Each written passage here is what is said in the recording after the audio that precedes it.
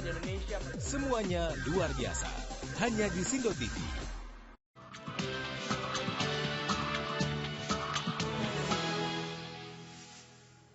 Ya, pemirsa, paspor sudah menjadi kebutuhan sebagai identitas bagi masyarakat yang sering beraktivitas ke luar negeri. Namun, tahukah Anda kalau sekarang sudah ada fasilitas e-pasport? Dan untuk mengetahui lebih lanjut, simak dialog Sindo Siang yang akan dibawakan oleh rekan Loviana Dian bersama pihak imigrasi berikut ini. Kantor Imigrasi Kelas 1 Jakarta Pusat, Bumi Pura Wirawibawa. Pada tahun 1983, berdasarkan keputusan Menteri Kehakiman Republik Indonesia, pertama kali dibentuknya Kantor Imigrasi Kelas 1 Jakarta Pusat, terletak di Jalan Teguh Umar nomor 1 Menteng, Jakarta Pusat. Dan selanjutnya, pada sekitar tahun 1998, pindah di area perkantoran Angkasa Kemayoran, tepatnya di Jalan Merpati, Blok B12, nomor 3, Kemayoran, Jakarta Pusat, sampai dengan saat ini. Wilayah kerja Kantor Imigrasi Kelas 1 Jakarta Pusat meliputi wilayah kota administratif Jakarta Pusat, di mana Kantor Imigrasi Kelas 1 Jakarta Pusat sebagai salah satu unit pelaksana teknis yang pertama kali menerbitkan elektronik paspor, elektronik kitas dan kitab. Perjalanan Kantor Imigrasi Kelas 1 Jakarta Pusat dari masa ke masa terus mengalami perbaikan. Peningkatan pelayanan dan kualitas sumber daya manusia Kantor Imigrasi Jakarta Pusat akan terus ditingkatkan agar dapat menjalankan tugas dan pelayanan kepada masyarakat secara prima. Kantor Imigrasi Kelas 1 Jakarta Pusat melayani masyarakat dengan setulus hati. Halo pemirsa, saat ini saya sudah berada di Kantor Imigrasi Jakarta Pusat. Nah, di tempat ini adalah sebuah tempat di mana warga negara Indonesia membuat paspor. Nah, Anda pasti tahu paspor. Paspor adalah dokumen yang diberikan kepada warga negara Indonesia sebagai identitas mereka selama di luar negeri. Tapi sebelum saya cari tahu nih sebenarnya bagaimana mekanisme cara pembuatan paspor saat ini, saya mau nanya dulu nih, bagaimana tanggapan masyarakat tentang cara pembuatan paspor sekarang? Baru selesai ngurus imigrasi dengan sistem apa hari ini? Saya walk-in. Baru selesai prosesnya dan bayar, paspornya nanti jadinya hari Senin. Iya. Gimana prosesnya?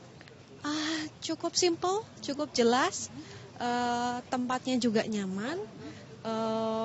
Sudah selesai. Tadi saya tiba pukul 6:30 ya, kemudian ngantri sebentar, kemudian seperti biasa proses di bawah, dilanjut proses di atas, petugasnya pun ramah. Simple, tidak banyak diarahkan ini itu, tidak. Bu di sini mau buat paspor baru atau mau perpanjang? Zaman dulu perpanjang, sekarang katanya diganti. Udah berubah ya? Berubah, oh iya. Ini ibu pakai sistem apa? Walk-in atau online? Walk-in. Kenapa milih yang walk-in, Bu? Sementara kan sekarang ada yang baru nih, sistem online. Kenapa masih milih datang ke kantor imigrasi?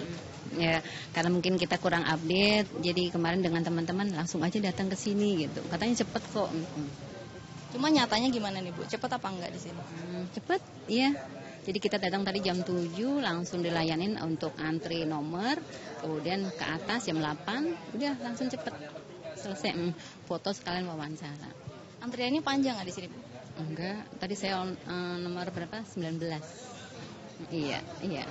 Sebelumnya ke kantor imigrasi lain? Kemarin yang pertama saya di Cipinang. Kalau perbandingannya di kantor Cipinang dan di kantor pusat ini? Intinya kayaknya yang cepat sekarang ini. Iya, di sini. Iya. Walaupun jatahnya hanya 100 ya. Nah, pemirsa, tadi kita sudah dengar nih bagaimana tanggapan masyarakat tentang cara pembuatan paspor. Ada yang mengatakan bahwa cara pembuatan paspor di kantor ini sangat mudah. Tapi benar nggak sih mudah ataupun tidak antri? Yuk kita ke dalam, kita cari tahu langsung bagaimana cara membuat paspor di kantor ini.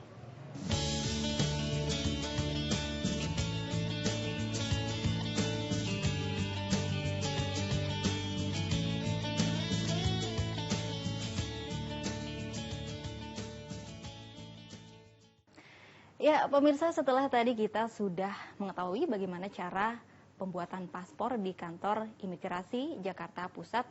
Nah, saya memiliki kesempatan langsung nih mewawancarai dari Kepala Kantor Imigrasi Jakarta Pusat ini. Dan hari ini saya sudah bersama dengan Bapak Ahmad Fauzi, ya, selaku Kepala Kantor Imigrasi Jakarta Pusat. Ya, apa kabar Pak Fauzi? Alhamdulillah baik ya. Nah, sebelum kita lebih jauh untuk mengetahui bagaimana sebenarnya sistem online itu diberlakukan saat ini, saya pengen tahu nih, sebenarnya di Indonesia itu ada berapa paspor sih Pak jenisnya? Jenis paspor yang perlu diketahui juga oleh masyarakat bahwa yang pertama adalah paspor diplomatik. Yang kedua di sini adalah paspor dinas. Terus yang ketiga adalah paspor biasa. Nah, untuk yang pertama dan kedua, paspor diplomatik dan paspor dinas itu dikeluarkan oleh Kementerian Luar Negeri. Ya. Sedangkan paspor biasa yang seperti Mbak ketahui itu adalah dari kewenangan dari Kementerian Hukum dan HAM, dalam hal ini Direktorat Jenderal Imigrasi.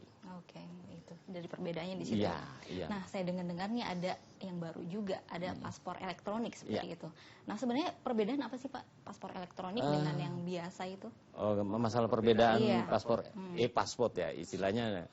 E-pasport di sini perbedaannya satu. Ya, yang pertama dari segi biaya sudah jelas beda, Mbak. Ya, kalau paspor biasa itu 355.000, Mbak. Dari segi biayanya. Dari segi biayanya gitu loh.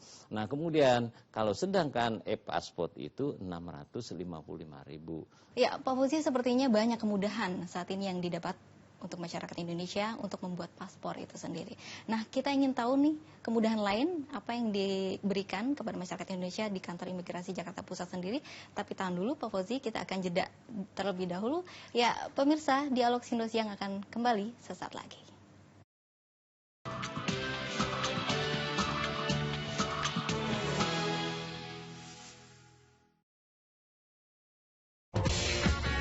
Berani bersuara, berani bikin film pendek. Kompetisi film pendek Berani Bersuara. Info selengkapnya hubungi. Acara ini dipersembahkan oleh Ajukan permohonan paspor Anda secara online. Isi formulir dengan data identitas. Lampirkan dokumen pendukung. Pilih kantor imigrasi terdekat untuk proses foto dan wawancara. Dan pastikan Anda sudah menerima konfirmasi melalui email. Bawa konfirmasi permohonan ke bank dan bayarlah sesuai tarif. Masukkan nomor jurnal bank dan pilih tanggal kedatangan. Cepat dan mudah. Mari jadikan imigrasi lebih baik. Anda masih menyaksikan Bursa Pagi dan beberapa kabar yang berhasil dirangkum tim. Bursa Pagi hadir setiap Senin sampai Jumat pukul 8 waktu Indonesia Barat. Lihat lebih luas di Sindo TV dan jaringannya. Era baru peningkatan kesejahteraan masyarakat kurang mampu, pemberian simpanan untuk menjangkau seluruh keluarga kurang mampu, serta peningkatan layanan kesehatan dan pendidikan merupakan prioritas pemerintahan Jokowi JK. KPS secara bertahap akan berganti dengan Kartu Keluarga Sejahtera yang dilengkapi dengan kartu HP yang berisi uang elektronik sebagai simpanan keluarga sejahtera, Kartu Indonesia Pintar untuk mendapatkan bantuan pendidikan, dan Kartu Indonesia Sehat sebagai jaminan kesehatan. Datangi kantor pos dan tukar KPS sesuai jadwal yang telah ditentukan. Apabila KPS Anda hilang, bawa kartu identitas beserta surat keterangan dari kepala desa. Lakukan penarikan uang simpanan di agen dengan menunjukkan SMS dan kemasan kartu HP sebagai bukti transaksi. Manfaatkan bantuan simpanan secara bijak untuk kegiatan produktif, memastikan anak terus bersekolah dan menjaga kesehatan anggota keluarganya. Yang belum memiliki KKS masih dapat menggunakan KPS untuk memperoleh bantuan pemerintah. Tambahan akan diberikan oleh pemerintah bila masyarakat menyimpan sebagian dananya.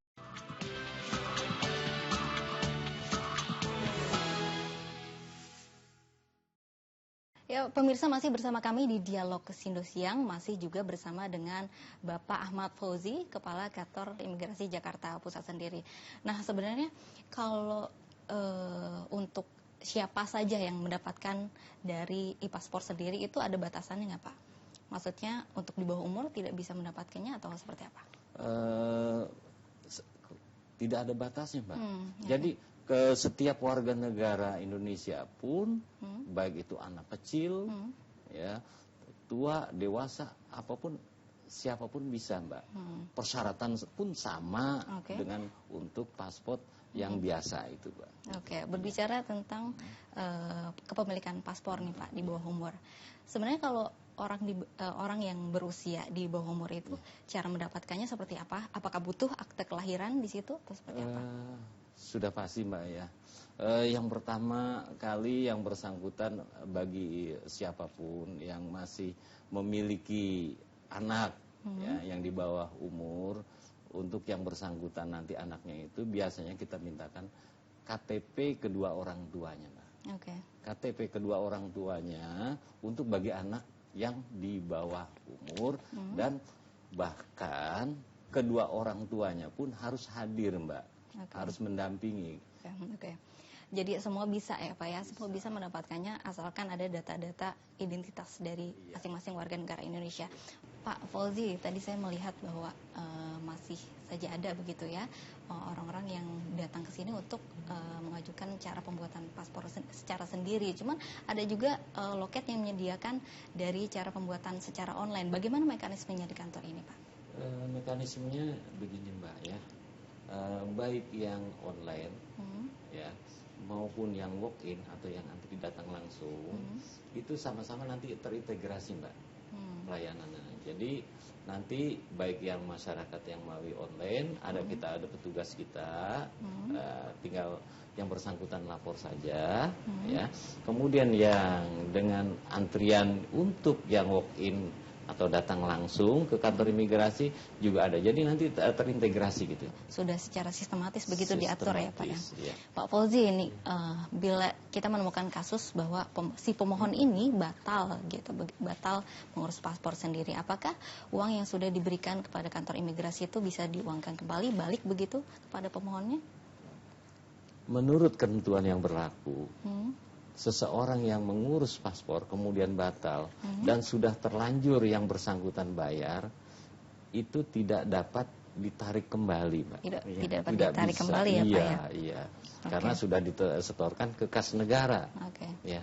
Pak, kalau untuk mengurus paspor sendiri berapa lama sih Pak yang dibutuhkan untuk cara pembuatan paspornya? Jadi kalau yang untuk melakukan permohonan paspor melalui online, Mbak, ya, setelah proses dan foto ya itu 3 hari. Ya. 3 hari untuk hari. Yang sistem online. Ya. Tetapi untuk yang bersangkutan yang lain dengan sistem online itu yaitu yang walk-in itu Mbak, itu 3 hari setelah yang bersangkutan bayar ya. Setelah bayar baru proses paspornya itu bisa diselesaikan 3 hari setelah bayar gitu loh. Sama-sama 3 hari, cuman pembayarannya berbeda di situ ya? Berbeda. Pak Fauzi, ini bagaimana sih Pak cara masyarakat untuk membuat paspor sendiri? Prosesnya seperti apa? Silakan masyarakat yang akan memohon ya paspor, silakan bisa yang bersangkutan datang langsung ke kantor imigrasi setempat ataupun juga bisa dapat melalui dengan sistem online, Mbak. Prosesnya berapa lama sih Pak untuk menyelesaikan dari paspor itu sendiri? Untuk proses permohonan paspor ya, yang bersangkutan cukup 1 hari ya datang, dengan catatan yang bersangkutan harus membawa persyaratan yang lengkap. Misalnya ya, persyaratannya antara lain seperti KTP, kartu keluarga, akte kelahiran ya, dan KTP itu harus yang masih berlaku ya. Antara KTP, kartu keluarga dan akte kelahiran tersebut yang bersangkutan juga harus identitas yang sama. Jangan sampai KTP pada tanggal lahir atau bulan lahir atau tahun lahir berbeda dengan pada kartu keluarganya ataupun pada akte kelahirannya. Jadi pada prinsipnya harus betul-betul yang sama sehingga akan memudahkan petugas dan berguna juga bagi yang bersangkutan, jangan sampai ada kesalahan-kesalahan secara administratifnya gitu. Itu proses 1 hari menyelesaikan persyaratan dari membuat paspor itu sendiri ya. Setelah paspor yang bersangkutan, proses itu mulai dari foto, kemudian bisa yang bersangkutan langsung bayar Ya, setelah bayar itu yang bersangkutan 3 hari berikutnya sudah selesai. Dan minimal paspor yang dibuat selesai itu selama 3 hari. 3 begitu? hari kerja itu sudah selesai. Ya Pak Fauzi, kita tahan dulu karena kita harus jeda terlebih dahulu ya pemirsa. Jangan kemana-mana karena dialog Sindo Siang akan kembali sesaat lagi.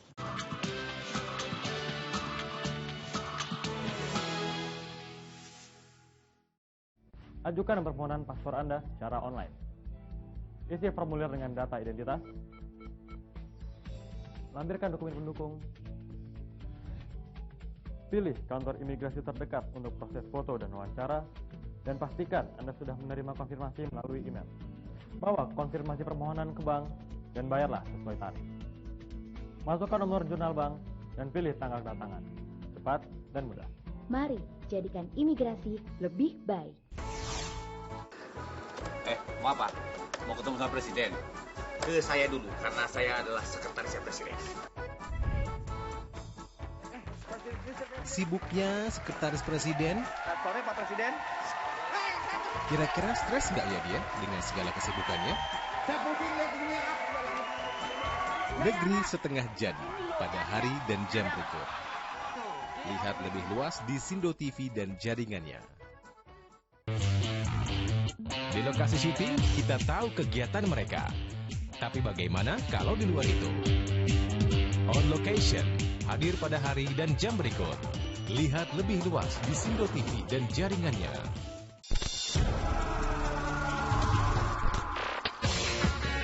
Berani bersuara, berani bikin film pendek. Kirimkan video hasil karyamu ke info selengkapnya hubungi.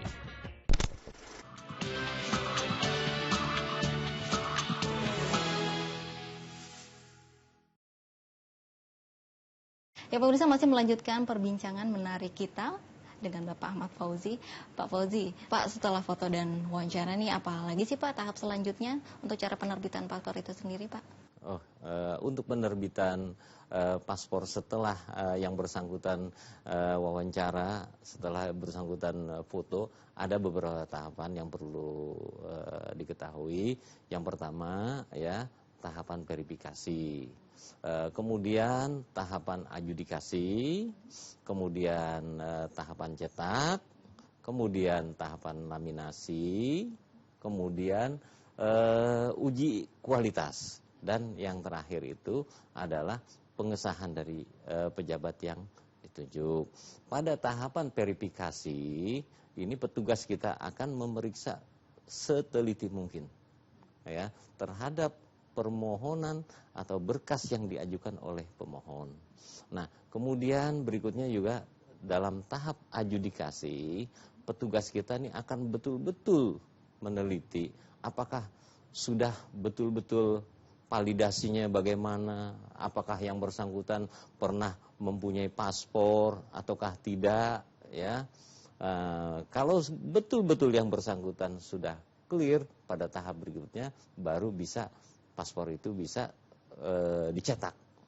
Nah, setelah paspor dicetak, lalu dilaminasi, begitu. Sebagaimana biasa itu paspor itu harus dilaminasi. Setelah laminasinya itu selesai, ada yang dikatakan uji kualitas. Nah, uji kualitas di sini apakah layak ataukah tidak layak paspor tersebut. Jangan sampai nanti yang bersangkutan ini paspornya gagal, ada istilah gagal itu, istilahnya gagal uji kualitas. Pada tahapan tersebut betul-betul yang bersangkutan sudah oke semua, kemudian yang terakhir adalah pengesahan, yaitu disahkan langsung oleh pejabat yang ditunjuk. Nah, kalau kita berbicara tentang pelayanan begitu Pak, ada perbedaan nggak sih Pak pelayanan di kantor imigrasi Jakarta Pusat ini dengan kantor imigrasi lainnya? Pada prinsipnya tidak ada perbedaan, Pak. Dimanapun, di kantor imigrasi manapun tidak ada perbedaan, ya, karena sudah diatur dalam satu SOP, Pak. Nah, tadi juga saya sempat begitu mewawancari masyarakat yang ingin mengajukan paspor di sini, mereka cukup senang begitu karena di sini sudah tidak ada antri lagi begitu, pelayanannya sangat nyaman begitu.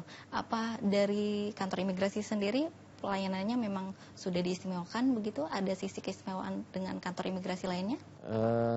Pada prinsipnya itu tadi Mbak, yang saya bilang, di kantor imigrasi manapun ya sudah diatur dalam satu ketentuan, yaitu satu SOP. Di kantor imigrasi manapun tidak ada diskriminatif ya.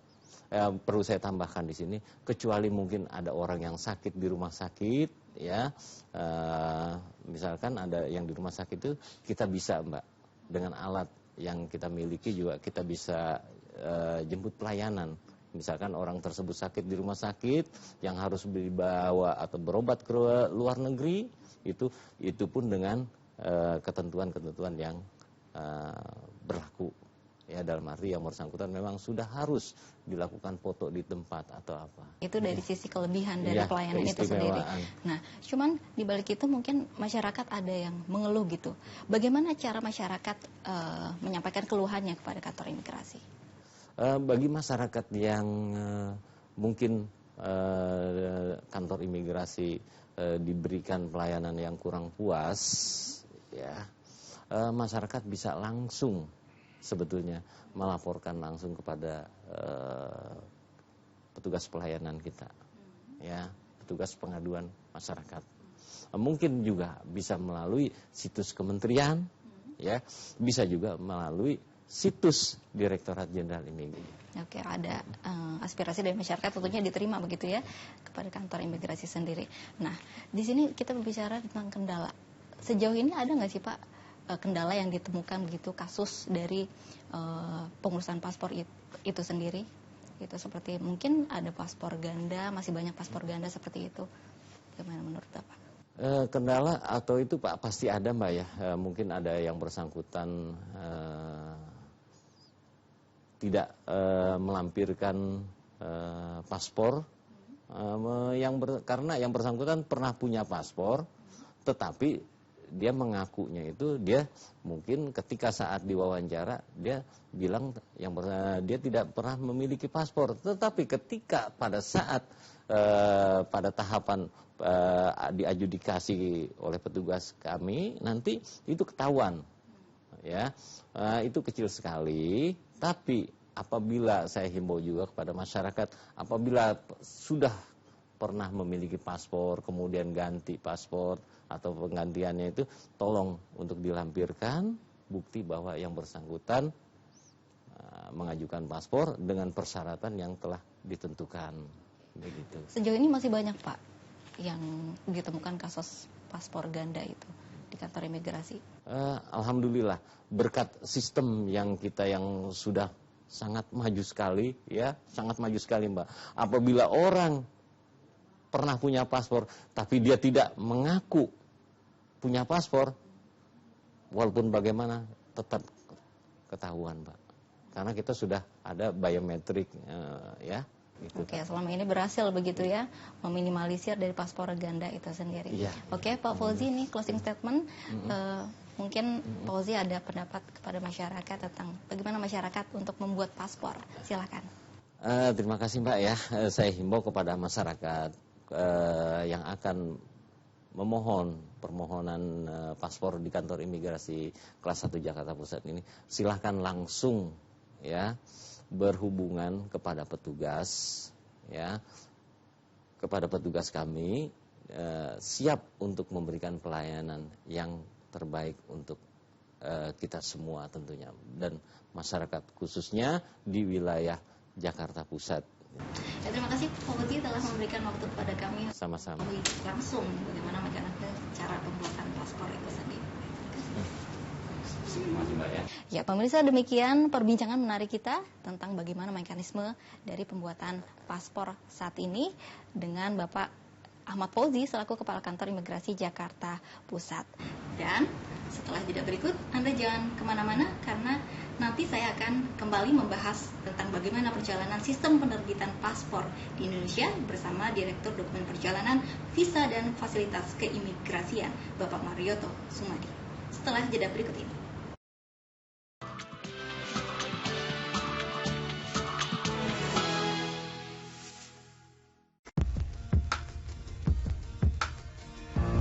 Melalui perjuangan panjang, akhirnya kita menang.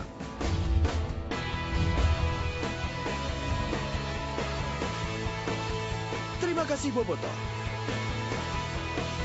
Inilah kemenangan kita bersama.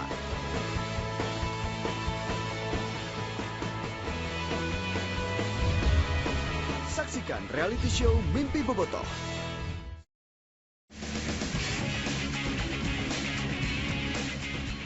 Nongkrong biar eksis, serunya rame-rame barengan komunitas. Yang pertama ya, kalau misalnya latihan paling pertama pas masuk di sini tuh apa sih? Sebenarnya lari, ya, jadi cuma olahraga doang. Kenapa? Ya biar makin eksis. Tongsis, tongkrongan eksis, hadir pada hari dan jam berikut. Lihat lebih luas di Sindo TV dan jaringannya.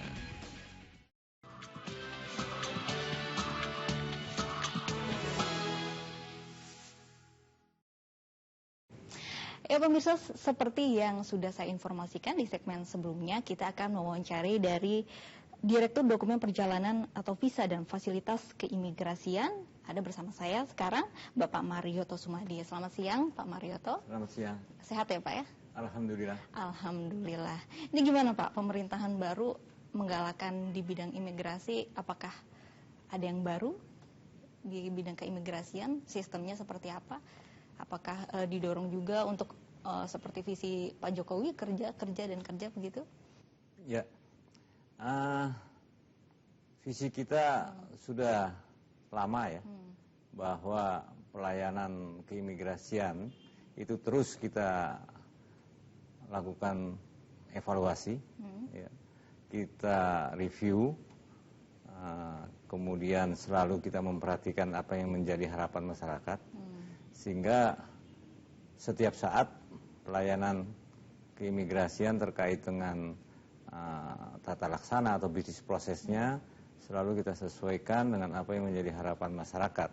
Sehingga bisa dikatakan bahwa moto pelayanan keimigrasian adalah sistem pelayanan yang pro rakyat. Gitu ya, pro rakyat. Pro rakyat, Walau kerja ya. Iya. Saya sudah mencanangkan dalam program kerja saya pada saat saya dulu memimpin kantor imigrasi Jakarta Selatan. Saya sampaikan kepada jajaran saya di sana bahwa apapun alasannya sekarang kita tidak bisa lagi mengelak bahwa kita harus memberikan pelayanan yang baik kepada masyarakat. Dan kesimpulannya bahwa pelayanan yang kita berikan adalah pelayanan yang betul-betul pro rakyat. Karena apapun rakyat yang menilai, ya, yang merasakan dan yang menuntut sampai sejauh mana layanan yang diberikan oleh pemerintah dalam hal ini imigrasi sudah sesuai dengan harapan mereka. Oke Pak Marioto, ini melihat bahwa imigrasi secara keseluruhan di Indonesia, apakah sudah masuk ke seluruh kawasan begitu? Ada tadi menyebutkan bahwa ada 130 tersebar kantor imigrasi. Apakah itu sudah menyebar secara merata di Indonesia? Ya, begini, saya ralat sedikit, kantor imigrasi kita jumlahnya 121 di seluruh Indonesia. Kemudian penyebaran atau artinya implementasi sistem layanan keimigrasian yang memang baru saja kita sempurnakan ya, di awal tahun 2014 ya. Itu target kita sampai dengan akhir tahun ini harus sudah tersebar, harus sudah terimplementasi, dan harus sudah bisa dilaksanakan oleh jajaran imigrasi di 121 itu. Oke, apakah targetnya sudah tercapai? Target sampai dengan bulan 9 kemarin ya, itu sekitar 70 kantor imigrasi sudah. Jadi saya optimis sekali nanti di akhir bulan Desember itu sudah akan tergelar dan sudah bisa terimplementasi dan sudah bisa masyarakat menggunakan dan merasakan bagaimana layanan itu yang diterapkan oleh imigrasi. Pak, kita tahu ini ada sistem baru yang dimakan sistem online sendiri. Sebenarnya latar belakangnya apa sih Pak? Kenapa ada sistem baru ini, sistem online untuk pembuatan paspor? Oh gini, jadi sistem sekarang yang kita gelar di kantor-kantor imigrasi ya, itu kita namakan sistem penerbitan paspor terpadu atau sering juga disebut atau dikenal dengan one stop service. Nah, sekarang kenapa sih imigrasi mengimplementasikan atau menerapkan sistem itu? Jadi dulu prosedur atau sistem layanan paspor kita ya itu masih mengharuskan pemohon untuk berkali-kali datang ke kantor imigrasi ya. Dulu ada 3 kali masyarakat itu harus melalui tahapan antrian yang berbeda hari. Seperti hari pertama dia harus antri untuk menyerahkan berkas permohonan. Itu hari pertama aja dia hanya untuk menyerahkan berkas permohonan. Setelah dinyatakan lengkap, kemudian diberikan tanda terima, ya, kemudian juga diberikan tanda untuk melakukan pembayaran, dia pulang. Ya. Setelah dia pulang, dia melakukan pembayaran. Pada hari yang ditentukan, dia diwajibkan lagi datang untuk melakukan proses proses foto, ya, sidik jari dan wawancara. Di sini dia harus antri lagi. Berarti sudah 2 kali datang, 2 kali antri. Setelah itu bagaimana? Dia pulang lagi untuk hari yang telah ditentukan lagi, dia kembali untuk ngambil. Jadi dia sudah 3 kali ngambil dan sudah 3 kali dia melakukan antrian. Plus dia melakukan proses pembayaran di bank, ya. Nah, kita mencoba ya, karena memang banyak saran, banyak kritik ya, bahwa ngurus paspor ini satu disebut imigrasi masih berbelit-belit, pelayanan paspornya masih tidak adanya kepastian, kemudian pada saat antrian juga masih sering ada celah-celah yang negatif ya. Nah, kita mencoba bagaimana masyarakat ini tidak terlalu banyak datang ke kantor imigrasi ya. Jadi ada beberapa tahapan lah yang kita coba menjadikan satu. Jadi seperti tadi yang saya sampaikan bahwa tahap pertama dia menyerahkan berkas permohonan, kemudian hari berikutnya ya, dia harus datang lagi untuk foto, wawancara, sidik jari, kemudian dia pulang. Nah, ini kita coba untuk kita satukan sehingga kita mengurangi, paling tidak dia tidak usah datang sampai 3 kali ya. Nah, akhirnya berhasillah kita melakukan pengkajian, melakukan pembangunan sistem, sehingga dia cukup hari pertama itu datang penyerahan berkas, sekaligus foto, sekaligus pengambilan sidik jari, dan sekaligus wawancara. Kemudian hari berikutnya, ya paling lama 4 hari, dia datang tinggal ngambil. Nah, inilah karena ada penggabungan beberapa tahap, ini yang kita sebut namanya pelayanan penerbitan paspor terpadu atau one stop service. Sekali datang kita layani. Nah, Pak Marioto, ini sebenarnya ada nggak sih hubungan antara hubungan sistem informasi manajemen ini keimigrasian dengan sistem penerbitan paspor yang sudah diberlakukan saat ini? Oh iya, jadi begini, tentunya ya, agar sistem pelayanan ini berjalan dengan sempurna ya, terlebih dahulu tentunya perangkat pendukung itu harus kita bangun ya. Tentunya apa yang harus dibangun adalah sistem yang berbasis teknologi informasi ya. Sehingga bisnis proses dari setiap pelayanan maupun bisnis proses yang lain itu akan sempurna ya jika didukung oleh sistem teknologi informasi. Itu sudah tidak bisa dielakkan lagi ya.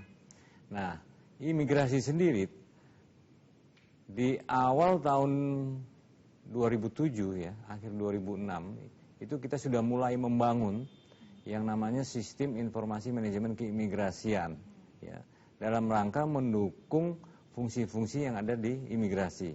Tentu yang pertama digelar adalah dalam rangka mendukung fungsi pelayanan. Pada saat itu kita membangun sistem dalam rangka penerbitan izin tinggal orang asing. Secara bersamaan dalam tahun yang sama kita kembangkan lagi dalam rangka mendukung operasional layanan paspor.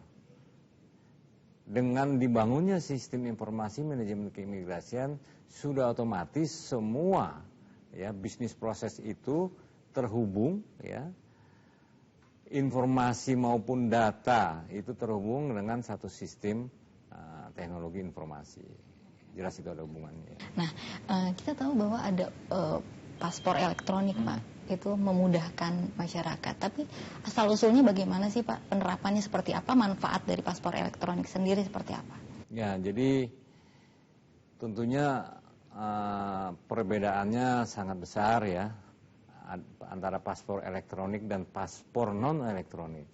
Paspor elektronik yang jelas data pemegangnya itu sudah terekam ya dengan sempurna ya dan tidak bisa diakses yang ada di dalam paspor itu, sehingga data pemegang itu akan mudah terbaca dengan sistem kita yang sudah kita bangun.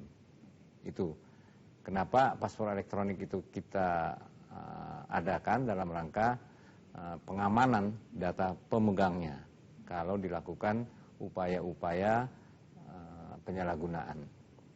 Kemudian sekarang apa sih manfaatnya bagi saya? Kalau saya dapat paspor elektronik, itu jelas banyak sekali manfaatnya. Contoh tahun 2015 besok ya, Jepang akan melakukan kebijakan pembebasan dari keharusan memiliki visa bagi orang-orang dari warga negara yang menggunakan paspor elektronik. Itu fasilitasnya. Kemudian Australia, bagi orang yang menggunakan paspor elektronik, dia mendapatkan fasilitas pemeriksaan secara melalui autogate. Ya, di sana disebutnya autosmart, ya, autosmart. Ya, jadi artinya tidak melalui counter, di situ ada petugas imigrasi, sudah tidak. Jadi dia bisa menggunakan pintu otomatis tanpa adanya petugas, karena paspor elektronik sangat dibaca dengan mesin di dalam autogate itu. Di Indonesia pun sudah diawali tahun 2012. Pemegang paspor elektronik bisa langsung menggunakan fasilitas autogate yang ada di bandara internasional, contohnya di Soekarno-Hatta. Oke, dan sudah diberlakukan. Sudah diberlakukan. Iya, itu fasilitas yang diberikan, perbedaan antara pemegang paspor elektronik dan bukan pemegang paspor elektronik. Oke, Pak Mareto, terima Ya. kasih atas informasinya. Sama-sama. Semoga informasi ini sangat bermanfaat bagi masyarakat tentunya. Baik. Dan pemirsa jangan kemana-mana karena Sindo Siang akan kembali sesaat lagi.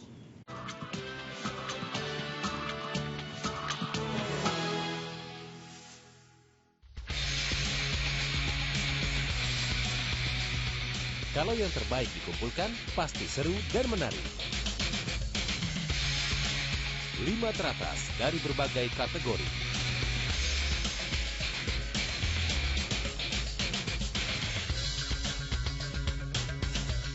Top 5 hadir pada hari dan jam berikut. Lihat lebih luas di Sindo TV dan jaringannya.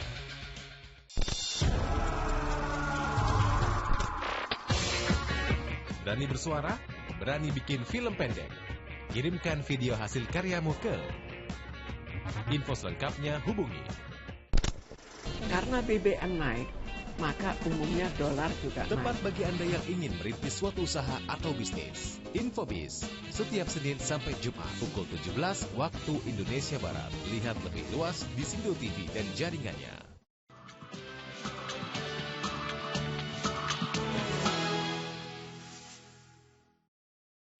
Ya pemirsa, di segmen terakhir kita kali ini kita memiliki satu narasumber lagi nih yang akan berbicara mengenai kebijakan dan birokrasi keimigrasian di Indonesia. Langsung saja kita sapa dengan Bapak Teguh Syahrizal selaku pelaksana tugas Dirjen Imigrasi. Selamat siang Bapak. Selamat siang Mbak. Oke, saya bisa panggil apa nih? Panggil Agam aja. Oh, sangat jauh sekali ya Pak ya dari namanya. Nama saya Teguh Syahrizal, tapi kalau biasanya Agam aja. Oke, dengan Bapak Agam. Oke, Iya. kita langsung saja. Iya.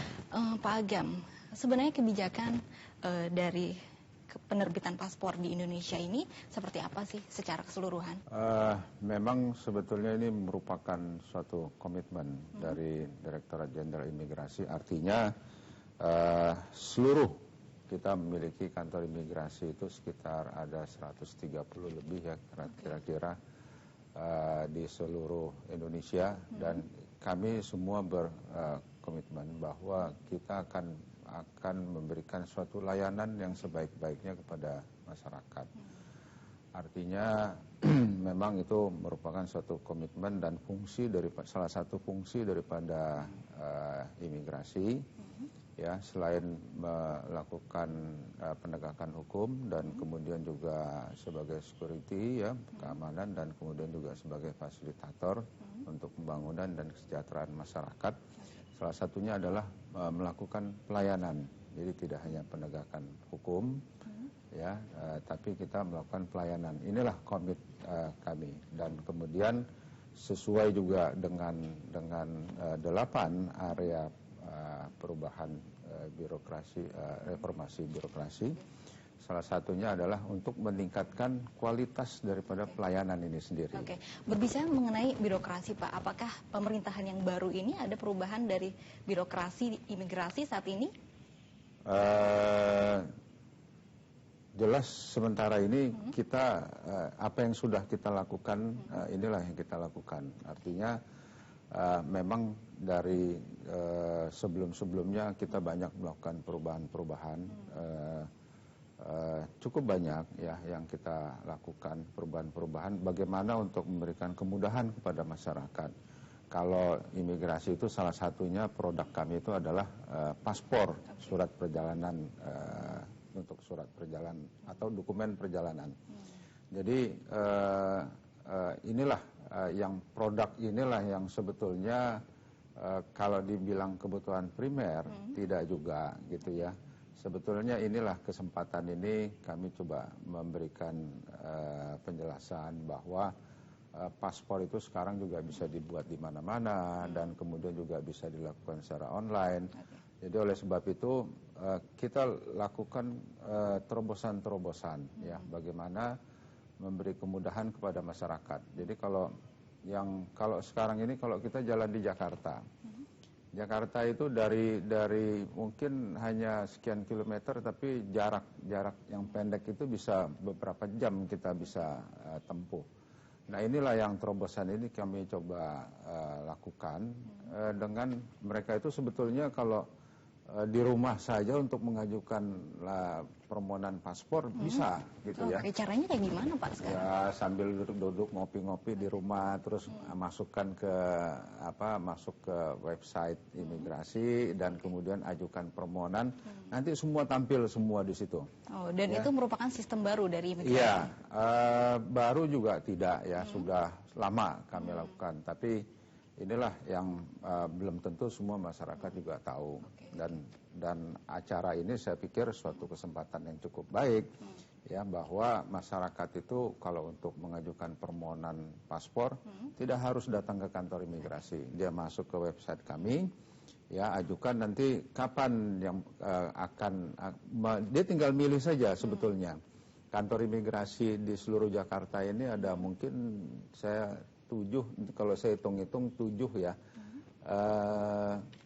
Bisa kalau misalnya dia lihat, ini kan orang selalu maunya ke Jakarta Selatan. Saya juga nggak tahu itu kenapa mesti ke Jakarta Selatan. Jakarta Selatan lihat ke sana juga macet. Terus kemudian atau bisa ke tempat lain ya. Karena kami ini sekarang dengan sistem antrian. Ya, siapa yang datang lebih duluan memperoleh nomor antrian lebih duluan, ya itulah yang akan dilayanin. Dan kemudian ya harus bersabar karena nomor antrian ada. Dan kemudian sesuai juga dengan arahan Pak Menteri, Pak Lauli sekarang ini, bagaimana sekarang kalau nomor antrian itu terintegrasi semua seluruh Jakarta. Artinya secara dengan HP dia bisa lihat nomor antrian, oh ya ini ada antrian di Jakarta Selatan, kuotanya tinggal sekian atau tinggal sedikit, dia bisa lari ke Jakarta Utara. Dan itu merupakan solusi untuk meminimalisir dari sistem antrian sendiri. Betul, sistem online itu ya Pak ya. Ini termasuk salah satu ide daripada Pak Lauli, Pak Menteri kami, untuk bisa terintegrasi. Jadi mereka itu tidak harus tertuju ke suatu kantor yang akhirnya terjebak sampai sana nomornya sudah penuh atau itulah kira-kira. Tapi ngomong-ngomong, sistem online ini tuh sudah diluncurkan sejak kapan sih Pak? Kayaknya kemarin kebetulan saya menanyakan beberapa masyarakat kepada masyarakat, banyak yang belum tahu sistem online ini. Apakah di situ mungkin ada penyebaran informasi yang kurang didapat di sebetulnya kalau masuk ke website hanya imigrasi itu nanti terlihat bahwa kami memiliki layanan-layanan itu cukup banyak ya. Mengajukan permohonan paspor dengan secara online sebetulnya sudah dari 2000, mungkin pada waktu saya masih kepala kantor di Jakarta Selatan itu mungkin 3 tahun 4 tahun yang lalu sudah ada ini layanan. Sebetulnya sudah cukup lama, Dan kemudian masyarakat bisa mengajukan melalui online ya. Dan kemudian itu semacam permohonan. Artinya begitu dia datang terus kemudian dilakukan pembayaran dan kemudian setelah itu langsung diproses, tapi tetap melalui mekanisme nomor antrian. Sekarang ini antrian ini ya masyarakat ada yang ngantri mulai jam 6 udah datang ke kantor jam 6 pagi.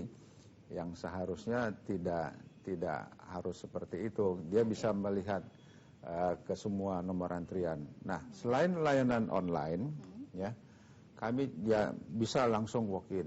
Jadi datang ke kantor imigrasi ya kalau sesuai dengan nomor antrian dan langsung saya rasa hampir di semua kantor itu memiliki persyaratan ataupun kalau dibuka website kami itu juga ada persyaratannya apa ya, terus kemudian tata caranya seperti apa. Ada juga beberapa kantor imigrasi yang sudah memiliki layanan semacam SMS gateway.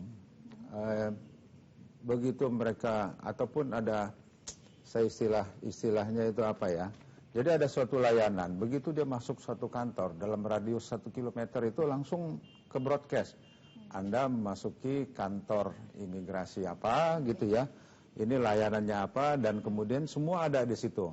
Sudah cepat terdeteksi ya, begitu ya Pak? Langsung, jadi saya rasa itu juga bukan suatu teknologi yang baru ya, itu juga memang di beberapa provider itu ada itu seperti itu ya. Kemudian juga bisa melalui Facebook ya. Kalau ingin mengetahui informasi-informasi apa saja yang ada ya. Jadi ada layanan online, bisa datang sendiri. Pak Agam, ini untuk terakhir kalinya mungkin Bapak mempunyai pesan begitu kepada petugas imigrasi dan untuk masyarakat secara keseluruhan, silakan.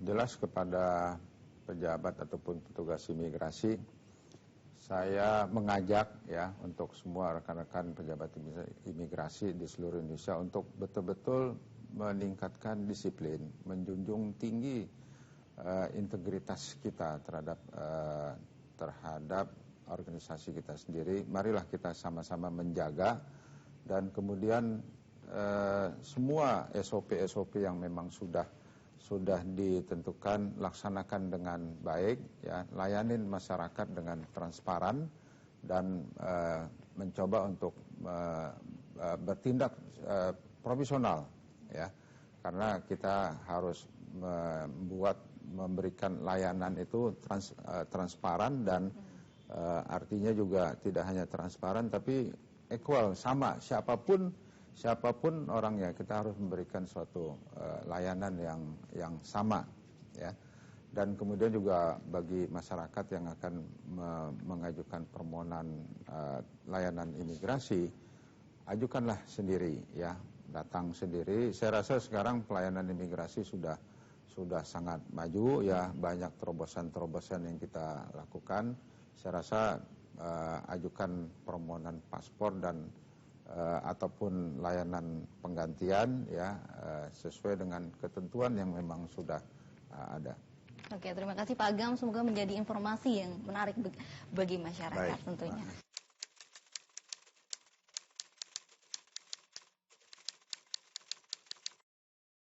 Ya, selamat siang. Sebelumnya Bapak, kita langsung saja nih. Menurut Ombudsman sendiri bagaimana pelayanan untuk pembuatan paspor di kantor imigrasi di Jakarta saat ini? Ya, kantor imigrasi di Jakarta Pusat ini termasuk yang baik menurut observasi yang dilakukan oleh Ombudsman pada tahun 2013. Kita memberikan apresiasi kepada jajaran pimpinan kantor ini. Termasuk salah satu yang dia layanin adalah pembuatan paspor, tetapi ada beberapa hal lain yang juga dilayani di situ. Indikator baiknya dari mana? Kita lihat itu adalah terpenuhinya standar pelayanan publik oleh Undang-Undang 25. Di situ diamanatkan ada kurang lebih 14 standar. Dan itu sudah dipenuhi dengan baik oleh kantor ini. Dari semua aspek itu Dari sendiri? seluruh aspek. Ada satu aspek yang memang belum dipenuhi, misalnya tentang mekanisme pengelolaan pengaduan secara profesional. Tetapi kita paham hal itu, karena hal itu masih menjadi satu bagian yang belum dimunculkan peraturan turunannya tentang pengelolaan pengaduan di internal kantor. Selama ini pengaduannya apa saja sih Pak yang ditemukan oleh Ombudsman sendiri? Kalau terkait pembuatan paspor biasanya hanya masalah-masalah ketidakjelasan biaya, ketidakjelasan waktunya, kapan selesai, standar dan prosedur yang tidak jelas. Tapi kita bisa lihat di kantor pelayanan imigrasi Jakarta Pusat ini sudah semuanya sebegitu transparan, sudah begitu terpampang mulai dari lantai bawah kita bisa melihat. Dan sarana pengambilan foto, sarana untuk wawancara juga dibuat begitu transparan sehingga semua orang bisa tahu dia antri dengan nomor antrian nomor berapa, dan dia bisa memperkirakan saya akan selesai pada tanggal berapa atau jam berapa. Itu yang menarik. Nah, menurut Bapak sendiri apakah dari sisi perubahan itu sendiri ada itu karena ada faktor dari perubahan dari sistem yang tadinya walk-in ke online sendiri, menurut Bapak seperti apa? Ya, pasti akan mendukung dua-duanya ya. Orang bisa walk-in datang atau online mendaftar ya. Itu salah satu yang menarik yang secara teknologi informasi bisa diduplikasikan. Karena di pelayanan kantor imigrasi untuk pembuatan paspor tidak sepenuhnya bisa online. Tetap orang harus datang untuk wawancara di tahap awal. Dan pengambilan foto juga dilakukan di situ. Tidak bisa kita pakai foto selfie untuk jadi paspor kan. Tetapi inti pentingnya adalah inisiatif atau inovasi seorang kepala kantor imigrasi itu penting. Karena dia bisa membuat satu mekanisme bentuk layanan secara inisiatif atau inovasi dia sendiri. Sehingga pelayanan menjadi nyaman, ruangan AC, ruangan tunggu yang lebih enak, sarana antrian terpampang di situ. Itu salah satu yang bentuk inovasi.